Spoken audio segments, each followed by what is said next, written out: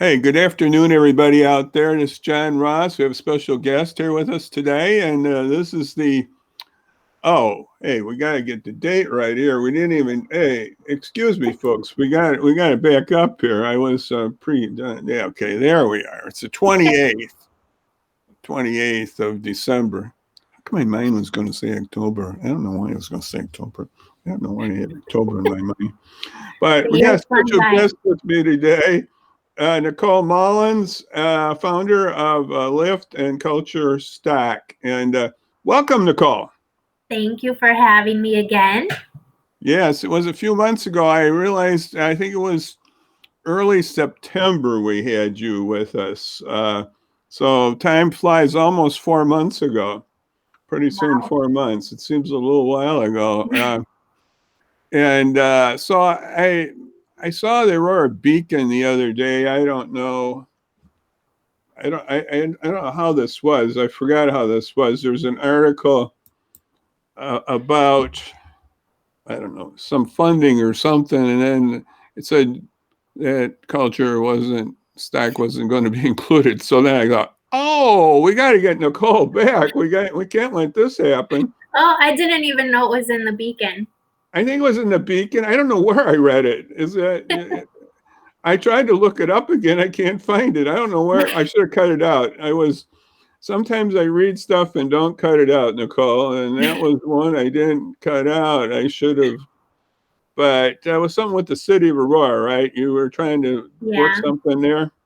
So we had previously reached out to City Council and the Mayor's office about getting support to reopen our bookstore and community arts center in the Aurora, and we didn't get much of a response at all from them. Okay. And so the city opened their annual quality of life grant application that they offer every year. Nonprofits can apply, and the criteria, just to summarize it, it's basically if you in some way improve the quality of life of certain groups of Aurorans, that the city will provide funding for it if you apply for a grant. So we applied for the quality of life grant this year, and we received a letter recently notifying us that the staff would not be recommending our application for approval to City Council. So City Council hasn't formally voted on that yet. They will be voting on it, I see. I guess, at committee in January. So Okay. we shall see. Well, that's what reminded me of you again. I know we were going to do something again, but that just hit me that way. And I don't know where I must have seen it in the Beacon. I don't know where else I would have seen it. Maybe. It must have been there. So you've been around since 2012, the whole group has. And Yeah. I forgot what the L.I.F.T was. What's the L.I.F.T name for? It's What was an that? acronym. It's an acronym for Live, Improve, Flourish, and Thrive. And that's kind of what we feel providing opportunities that do not require a monetary transfer to community members will do is, help them live, improve, flourish, and thrive, and ultimately just improve their quality of life. Yeah, we want to improve quality here. And I remember being down to your place several times in the past, the old place. We'll talk about that in a minute. I'm going to put up now. We're going to take myself down. We're going to take Nicole down.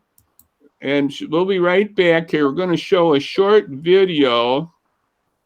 I can get it here now. Make sure I get it here. Yeah, here it is. There's a short video. We're gonna take ourselves down here and show this. It's about a 3-minute video.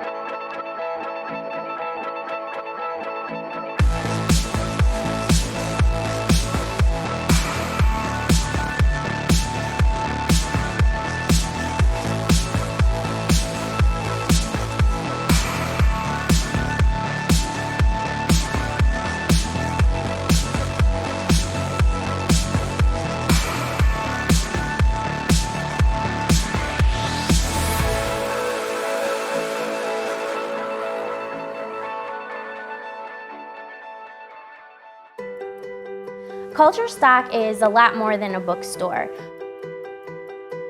We have different events and activities geared towards music. We have local musicians that perform for us. We feature local artists. We have local authors that do book readings and signings. We have all kinds of members of the community that share whatever their talent or skill is to teach workshops and classes. My name is Nicole Mullins, and I'm the founder and executive director of L.I.F.T Aurora.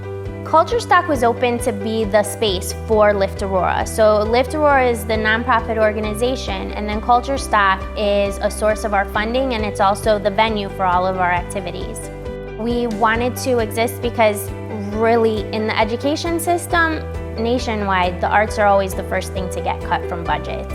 And also adults, not just the children, adults don't typically have something that's for them that they can go to, that's low cost, that's geared towards them. So we wanted to be something for everybody. Basically, we are the community. We rely on the community entirely for our inventory.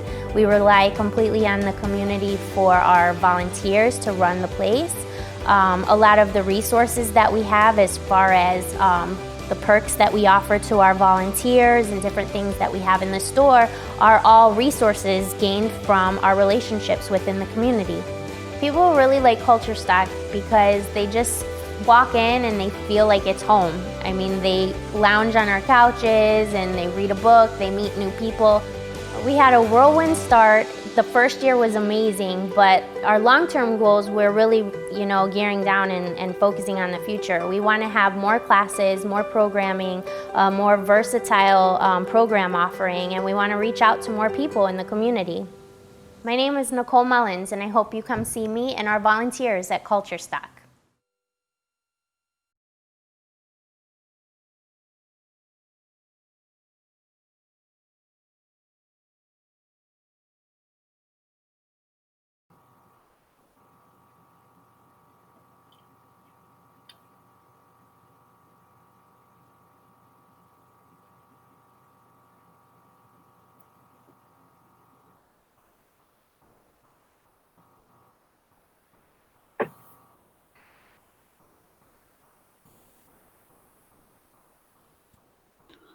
When you do everything, it makes it, we do too many things. So sometimes we forget what we're doing here. Okay, we're back here and Nicole, I'm going to give us a little snow. Yeah, I was going to say, where did it go? Yeah, we'll have a little snow here, and we changed sides here. That's all right. But let's see where we're at here. Okay. That was a nice video. I noticed at the beginning, I know why we had a little feedback. It was from your side. I cut out it, but we're learning all the time here, Nicole, about these things.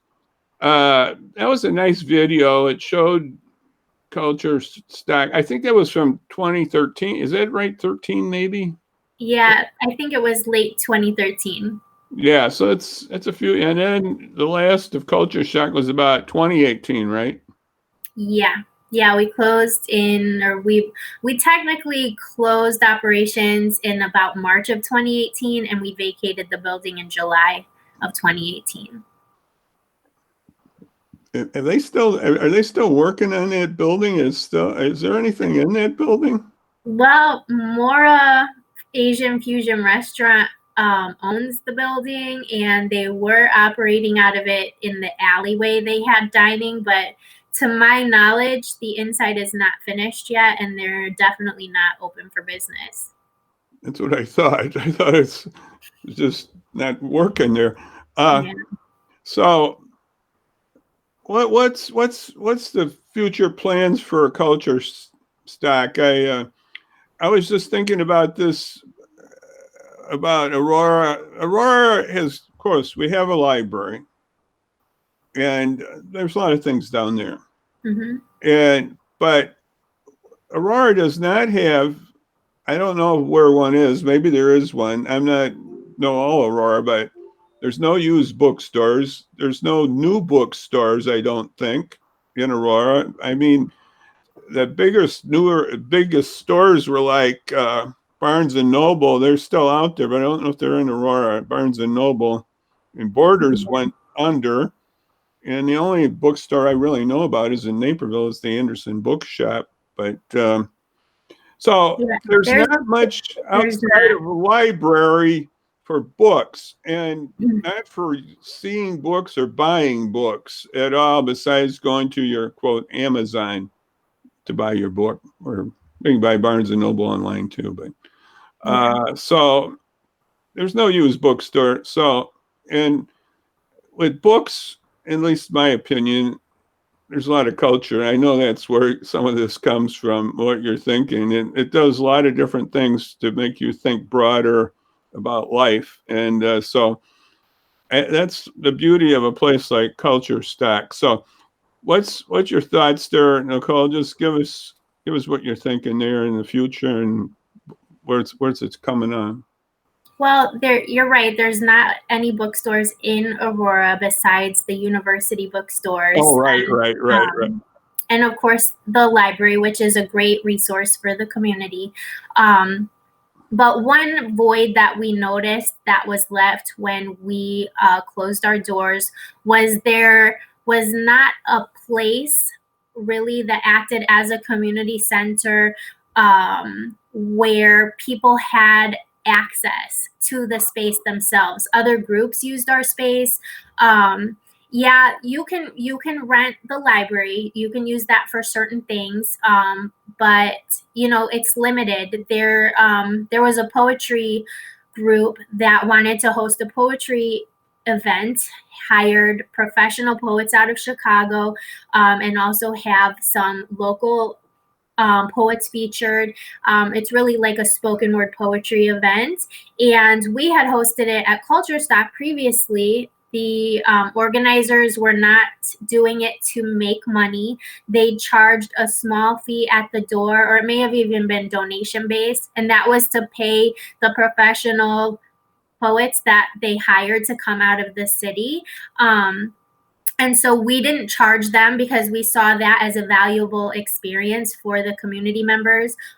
We co-hosted the event, so our liability insurance covered it. So really there was no expenses for them besides the poet, and no expenses on our end besides just keeping the lights on and our normal expenses. And so, there's an even exchange there. And there's not really that resource anywhere else in our community. That group tried to do another event after we had closed. They had a terrible time trying to find a space. It was either the venue charged way too much. They required them to purchase their own liability insurance. They had limitations, like they wouldn't allow them to have food to give away to guests. So just a lot of red tape, which understandably other organizations and businesses need to have to operate, but we didn't have that. And so that takes away a layer, it takes away a barrier to some groups and individuals to have an equitable access to space. We had another woman she actually was a classmate of mine in high school. She wanted to do I think it was a Christmas dinner for the community, and she made all the food, she did all the invitations, she handled everything. We just opened our doors, co-hosted the event so that our insurance would cover it, and and obviously we know her, we trust her, we know that. And so could she just go to another business and say, hey, I want to use your space to give food away for Christmas? Maybe not. So there's just so many examples of that, of ways that we've helped groups, even groups with their own space. Mutual Ground has hosted events at our space. We've had West Aurora School District art teacher feature her students' art on 2 different occasions for a First Friday. So it's just a space that goes beyond the books. It's a space that people can have as their own. Yeah, that's. So we want to have that again. What was that? So we want, our goal is to make that happen again, because it did leave a big void. Another benefit that we didn't even anticipate when we first had the vision of the bookstore, we had residents of Hesed House that, temporarily down on their luck, they found themselves homeless and in need of using Hesed House's services for a period of their lives. Right. And, where do they go when Hesed isn't in operation? Because they can't stay there all day. So we had a few, at least 3 that I know of, and I say that I know of because it may be more, and I just didn't know their their residency status. But we've had at least 3 individuals who temporarily found themselves at Hesed House for a period of at least a few months. They volunteered at Culture Stock. They had a safe place to go, a warm place to go. They had access to our computer and our internet to be able to apply for jobs. We were able to be a reference for them when they applied for work or for apartments. And I know for sure 2 of those individuals we provided a reference for, and they were able to get steady employment and find an apartment. And so it's things like that we had no idea that we would have that resource, be that resource for people, but it ended up being that way. So when we say like we're more than a bookstore, like it's not just a tagline that sounds good. Well, I agree with that, but I'm just saying the bookstore side has got some benefits here that people don't realize, that the community doesn't. Anyway, there's needs for. You're right, and we are, as a board, we had to ask ourselves 2 years ago when the city terminated our lease, what our next steps are. Do we have to have a bookstore in our next plan?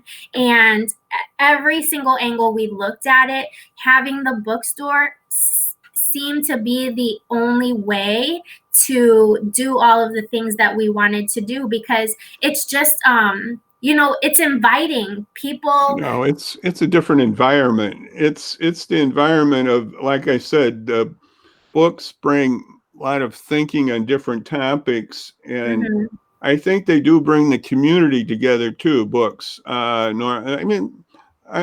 let's go off the library, though. That's that type of thing too. And when they started that library in Aurora, the lady, I was at the Santorum dedication. You know what she said? It was really strange. I mean, it was good. She said, I wanted to do this library so homeless people would have a place to go. She actually said that right in front of everybody there. And I go, that was very interesting that they donated all that money for that library, and that was one of their objectives. And I worked at a library in Batavia. I remember this saying, it wasn't quite as much homelessness then in Batavia, but I remember 1 or 2 that were somewhat homeless would always come to the library. And I know that's happened in Aurora, and you were talking about your place there. And I know there's another downtown place that left, Mission Possible. And that was, or was Impossible? No, Mission Possible, I think that's his name. And that left, and they actually, that's coming back in the with a health thing at my friend Reverend Ruiz's church on 4th Street. They're going to have a healthcare thing, the Aurora Healthcare, I think they're calling it, offshoot of that. But I'm sorry for the digression here, but this is a very important thing for the community. They have more cultural things, more places to go, and opportunities, like you said, for meetings or other things of that nature. I know that's a very important thing. And I assume you're looking for a downtown spot too, right? If you can do that, right, Nicole? Well, we've gone back and forth about, on it, to be perfectly honest, the whole situation with the city and how that termination of our lease happened, and the mold issue, it really put a bad taste in our mouth as an organization to want to be in downtown Aurora. I hear. And so we did start looking, because it also made sense to us if we were on the east side of Aurora, more people would be able to walk to us, so it would be more accessible in that regard. And that would be ideal. The reality is there is a real limited amount of buildings that would suit our needs on the east side of Aurora. So we are not opposed to being back in downtown Aurora. That just temporarily wasn't our focus. But after looking at what's out there, looking at what our options are, looking at the feasibility of everything, we've had to realize that downtown is probably going to end up being where we end up. Right. Well, I don't want to limit you to where you're thinking. I'm just that there is going to be some more sadly, there is going to be more opportunities because restaurants have about 1/6 of restaurants are failing. So it's out there about the restaurants too, and other businesses. Chuck E. Cheese is one example. Chuck E. Cheese. No, but there's other. A restaurant in Batavia that's a chain left, Panera Bread left Batavia. Oh, really? Yeah. So, I mean, it's pretty hard. And so I believe there's going to be a building opening up for you. I believe that because there's a lot of buildings still downtown, but yeah. And really, like our biggest hurdle right now is being able to afford buying a space, because that's why we're here. That's what we're going to talk about. Yeah. And I mean, once that hurdle is crossed, truthfully, we were sustainable fine, because even though the city gave us a very reduced rent, we still had to pay the NICOR, ComEd, all of those operating expenses, plus insurance, plus for all of our activities. And so we sustained that. Which is really amazing. We sustained those expenses without ever fundraising. So it was 2018 was the first year that we had to fundraise for our hip hop festival because we didn't have the bookstore open. So I see. So the bookstore did generate in a way, and other donations did generate some monies for you. Yeah, all the books were donated. We were very aware of the fact that we wanted to make the books also accessible to the community. So even though we sold them, we set a flat rate. We did paperbacks $3, hardcovers $5. For kids' books, they were either $2 or $3 each. And then regularly, because we had so many books, we regularly would fill a bag for $5. So you could get a whole bag of whatever. So by having the donation side that you didn't pay anything for the books, you were making, Yeah. And people are constantly getting rid of their books. See, I was going to bring that up to you, Nicole. I was going to say you could be the biggest source of giveaway. And I know you probably know about that too. There's sources too. If you don't want the book, there's ways to move them out too. And I don't know what the payment is on books now, but I know there is some payment that you can give, or you can give it to other places too. And there's like we learned this. There's a way to recycle books, like for books that shouldn't be circulated because they're falling apart or whatever. There's places where you can recycle them, and sometimes they'll donate like a certain amount of money based on how much they weigh. Right. So, I know that newspapers were once real good too that way. So I don't know what books are, but I know my friends at Wayside take books, but they don't hardly have any library at all of books, but they do take books. And it's not everybody takes books either for donations. I don't know if Goodwill takes them or not. I don't know. But some places probably won't take books. Well, it's like TVs. We don't take TVs either anymore. Especially, they don't take no TVs. Yeah, because, anyway, that's another story about recycling TVs. But books, I worked at a library, and I remember in Batavia, and I remember they threw out books, and sometimes, we got a few good books out of there, that they couldn't take. That was before the libraries were doing their quote auctions or their book sale. Yeah. They weren't doing that back then. Yeah, even with the sales, they end up with books left over. We've gotten donations from the Aurora Public Library after their sales. Oh, that's good. That's good. Yeah. And then there's been some of the elementary schools. Oh, yeah, they have their big sales. Right. And then they've donated boxes and boxes of books to us after the sale. And they're good books. Like, they're not in bad shape. And yeah, they probably have a lot of children's books too. The school ones probably have a little more school children's books, which are good. No, so I think the model is still there. I really do. Because of books, and people are not going to stop reading, and they don't want. I think the cultural thing is going to come more here when we get their vaccines here in the next 3 to 5. I mean, like I said, it's probably not going to come to April or summer till we really can get back congregating.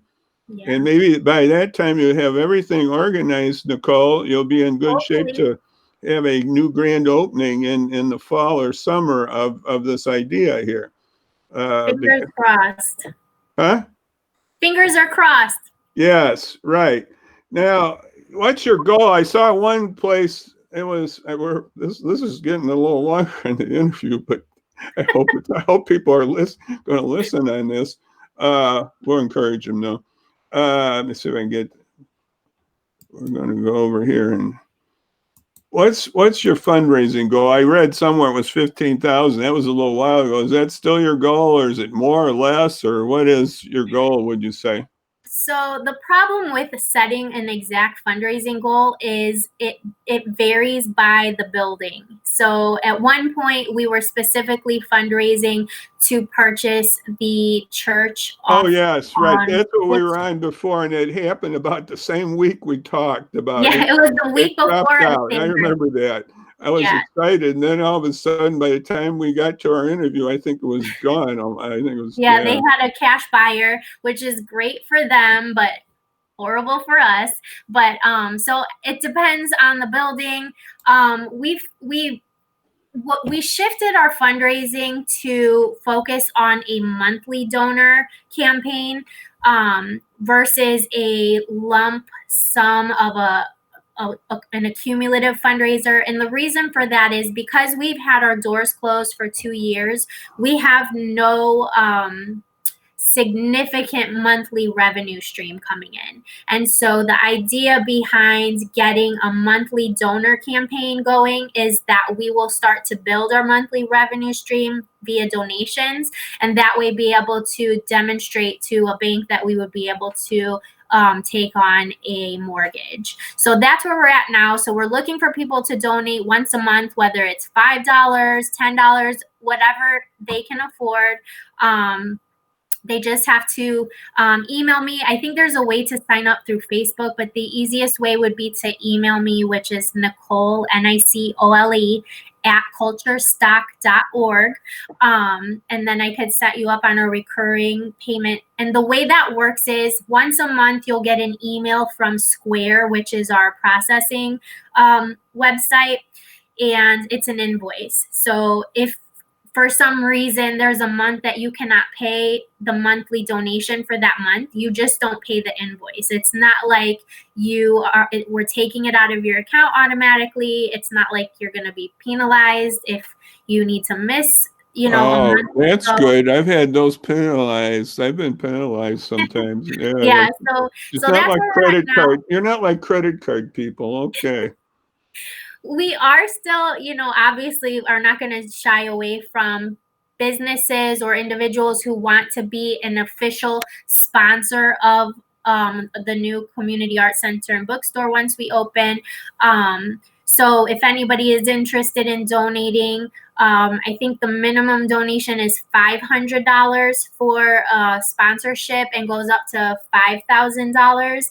And anybody that can donate that amount, once we are able to open a space, you will be recognized on a wall within the space for the duration of our time in that building. So it'll say, Community Art Center sponsors, and then it would have your business logo or your name. It's going to be a wall of sponsors or something along that line. Yeah. it was really cool because when we first opened, we did have to do one fundraiser prior to opening, and that was because we needed to buy bookshelves, we needed to purchase, some furnishings, and so obviously that's a big expense right out the gate. And so we did end up having, I think we had about 8 sponsors when we opened, and we had a beautiful piece of art made by a local artist named Jamie Glazer, and she would create bottle cap art. And it was like circles with bottle caps painted over them with sequins stitched onto it. They were awesome. And she made one for each of our corporate sponsors for the whole time that we were in the building. In our stage area, each sponsor's art piece was up with their name on it, on display for the full 6 years. So it's Nice. a pretty cool way to have your business commemorated in a community space. So that was Nicole at culturestock.org, and here's the website. We got it up there. It's culturestock.org. You can also go to Facebook to learn more about what's happening. It's facebook.com, and it's under Culture Stack.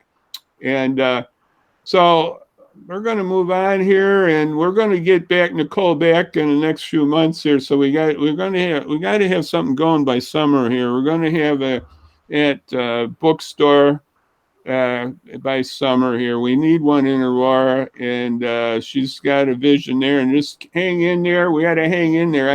We all got to hang. We got to hang in spirit here. We're going to hang in on this. So I just want to thank Nicole again for coming by and visiting with me, and just hang in there a moment more, Nicole. On Wednesday, we're going to do something different. I don't know if you know this individual. You probably do know Dr. Gaddis. We're going to have a recap. Decide we're going to do maybe a countdown type one, top 10 stories. I don't know. We're working on it, but I'm excited about having a recap of the year. So we're going to try that one. And just remember, folks, about the VNA. We mentioned that that you can get a test there. I want to mention that. It's at the bottom of the screen. You can see the number.